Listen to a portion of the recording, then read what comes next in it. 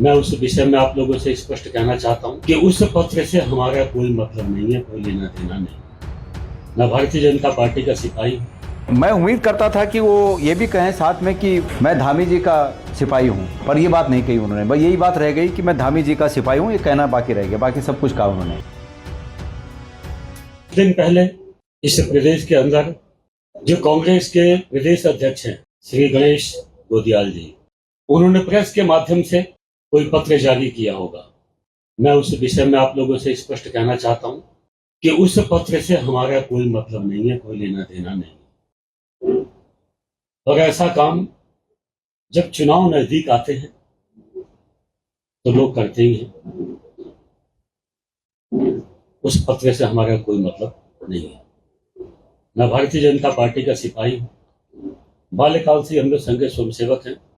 ऐसे काम से हमारा कोई लेना देना नहीं। कॉन्फ्रेंस देखी और बिल्कुल मैं उसको बहुत ही रुचि के साथ देख रहा था। मैं उम्मीद करता था कि वो ये भी कहें साथ में कि मैं धामी जी का सिपाही हूं, पर ये बात नहीं कही उन्होंने। बस यही बात रह गई कि मैं धामी जी का सिपाही हूं, ये कहना बाकी रह गया, बाकी सब कुछ कहा उन्होंने।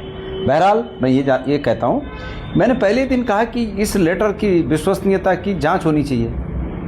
मैं आज भी अपनी बात पे खड़ा हूं। जहाँ तक मेरी बात है, मेरा विश्वास है कि ये लेटर उन्हीं का है और ये जांचा जाना चाहिए कि किसके ईमेल से ये लेटर किन किन एमपीज़ को गया, किन किन और महामहिम राष्ट्रपति के यहाँ गया कि नहीं, प्रधानमंत्री जी के यहाँ गया कि नहीं, इसकी जांच होनी चाहिए। और अगर जांच होगी, मैंने दो बातें कही थी, इस पत्र की जांच होनी चाहिए, इस पत्र की हकीकत की जांच होनी चाहिए कि ये पत्र हकीकत में है या नहीं, और दूसरी जांच ये होनी चाहिए कि इसके तथ्य सही हैं कि नहीं जो आरोप लगाए गए हैं। तो उन्होंने आज जो प्रेस कॉन्फ्रेंस की, उनको ये कहना चाहिए था कि ये आरोप गलत हैं, मेरे द्वारा ये जो आरोप लगाए गए ये गलत हैं, ये कहना चाहिए था उनको।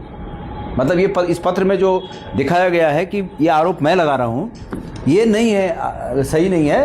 धामी जी अच्छा काम कर रहे हैं, धामी जी ने मेरे खिलाफ कोई साजिश नहीं की, कोई षड्यंत्र नहीं किया, मैं धामी जी का सिपाही हूँ, ये कहना चाहिए उन्हें।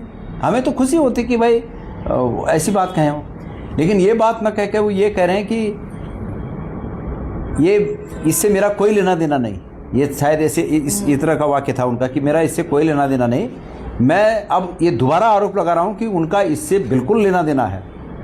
और बीजेपी की सरकार अगर चाहती है तो मेरे पे केस करे कि गणेश गोदियाल कह रहा है कि इस पत्र से निश्चित रूप में अरविंद पांडे जी का और धामी जी का लेना देना है।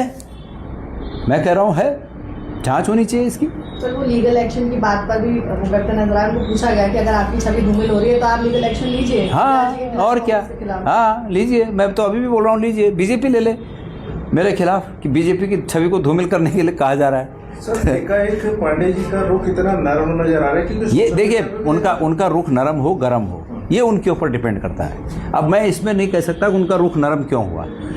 हो सकता है उनकी अपनी पार्टी है, पार्टी में बातचीत हुई होता है कि भाई आदमी नाराज़ है, पार्टी के लोगों ने आके उनको मना लिया हो, ये हो सकता है। धामी जी ने कह दिया हो कि तुम पर लगाए गए ये आरोप और तुम पर लगाई गई ये जांचें हम शिथिल कर रहे हैं। हमने तो मोदी राज में ये भी देख लिया कि एक राज्यसभा का एमपी उसी कंपनी पर जो है शिकंजा कसा जाता है और वो बीजेपी में शामिल होता है और वो शिकंजा ढीला कर दिया जाता है, तो ये भी देखा हमने। तो राजनीति में ये बात तो उनको पूछनी चाहिए आप लोगों को कि भाई आप शिथिल कैसे हुए, पहले जो आप बिल्कुल स्टैंड कर रहे थे आप शिथिल कैसे हुए।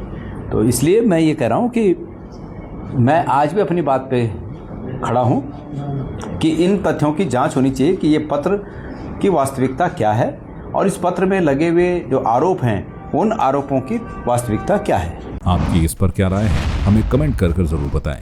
इसके साथ ही आप हमारे YouTube चैनल को सब्सक्राइब कीजिए। आप हमें Facebook, Instagram, Twitter पर फॉलो भी कर सकते हैं और संवाद 365 के साथ एक क्लिक में जुड़ने के लिए डाउनलोड कीजिए संवाद 365 ऐप।